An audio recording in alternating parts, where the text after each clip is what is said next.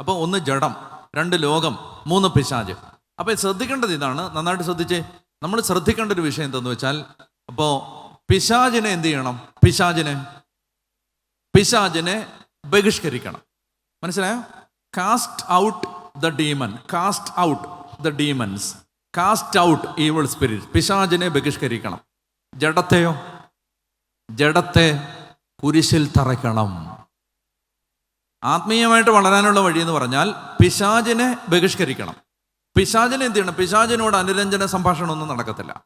പിശാചിനെ ബന്ധിക്കണം, ബഹിഷ്കരിക്കണം. പിശാചിനോട് മാറിപ്പോകാൻ പറയണം യേശുവിൻ്റെ നാമത്തിൽ. എന്നാൽ ജഡത്തെ എന്ത് ചെയ്യണം? ജഡത്തോട് നമ്മളിപ്പോൾ പറയാണ് ഒരു വ്യഭിചാരാസക്തി പോട്ടെ പോട്ടെ പോട്ടെ എന്ന് പറഞ്ഞാൽ അത് പോകത്തില്ല. പറഞ്ഞേ ഹല്ലേലൂയാ. ഭക്ഷണ ആസക്തി പോട്ടെ പോട്ടെ പോട്ടെ എന്ന് പറഞ്ഞാൽ അത് പോകത്തില്ല.